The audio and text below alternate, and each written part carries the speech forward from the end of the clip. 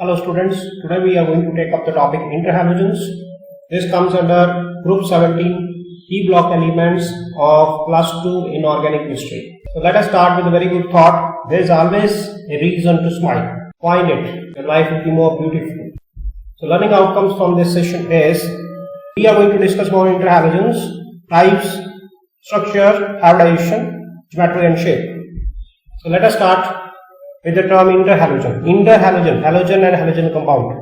Halogen and halogen combines. Why? Because of difference in the electron activity, and they form binary compounds, and these are of different types: XX dash, XX dash 3, XX dash 5, XX dash 7. So examples corresponding to XX dash is ICl. Similarly, XX dash 3 is ClF3, XX dash 5 it is ClF5, XX dash 7 is IF7.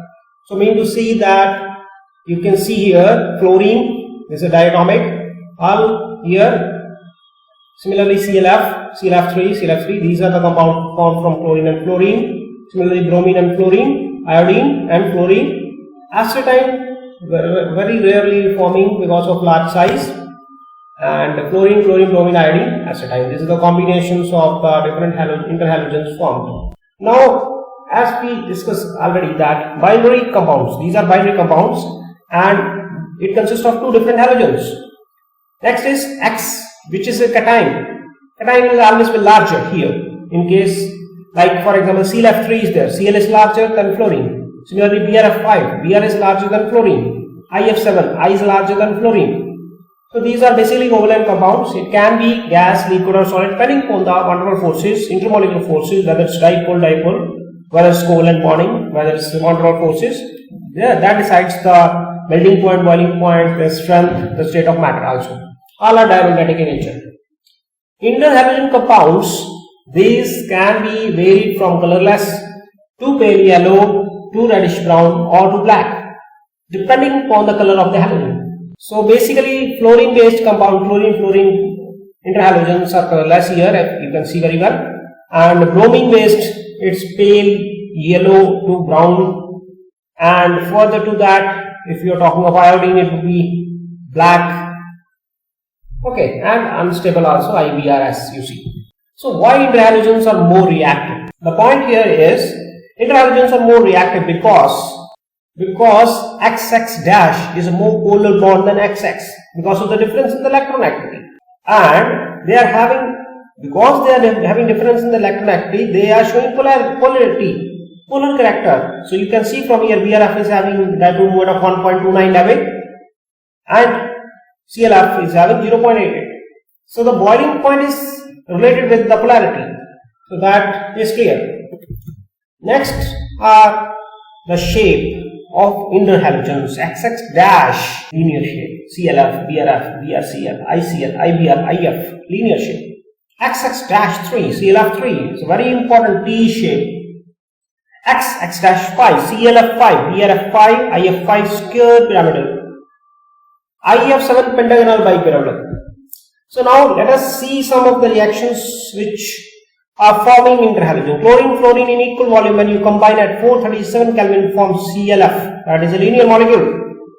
Cl2 plus 3F2, 573 Kelvin, ClF3, T shape. I2 plus Cl2 give rise to ICl. I2 plus chlorine give rise to ICl3, Br2 plus F2 give rise to BrF3, and Br plus 5 fluorine give rise to BrF5.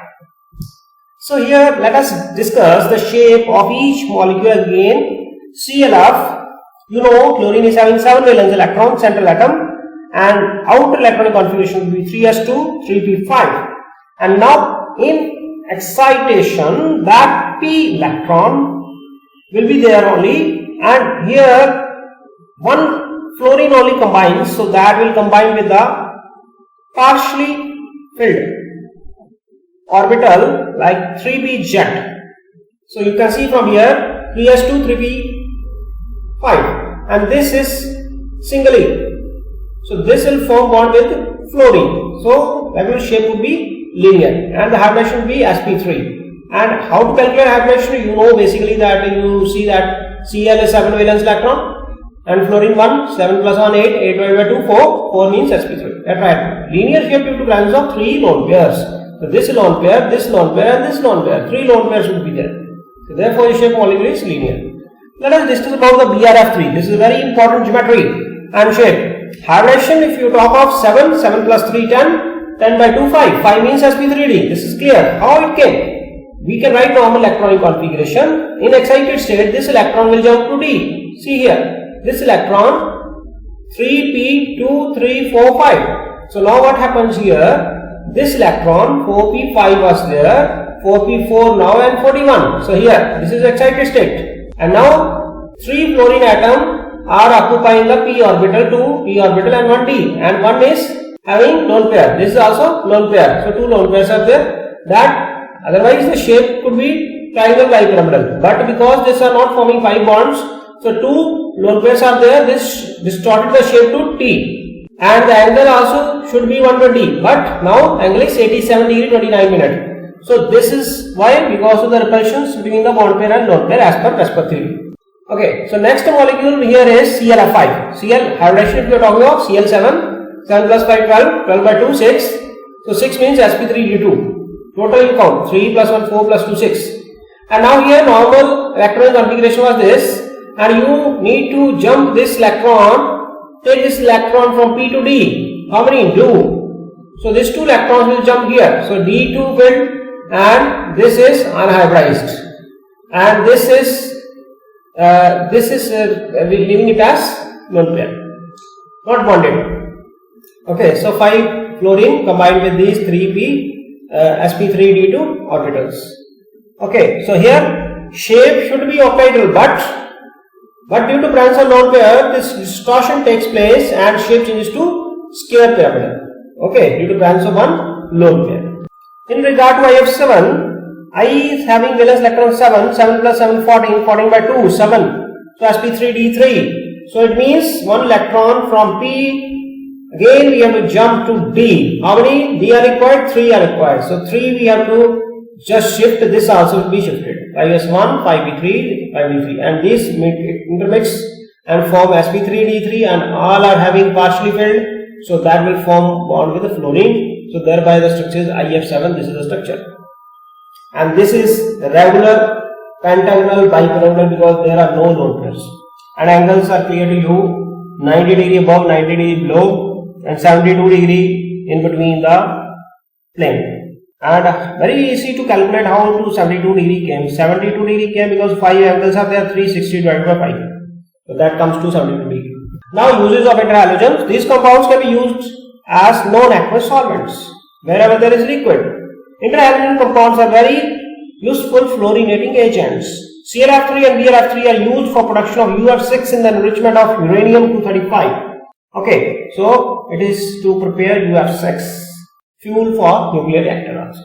So summary of the topic which we have covered is interhalogens are binary compounds of 2 different halogens where the size of X is larger than that of X dash. Examples are clear to you. And X dash will be having negative oxidation state, where X will be having positive oxidation state of 1, 3, 5, 7. Interhalogen compounds are covalent nature and are diamagnetic in nature.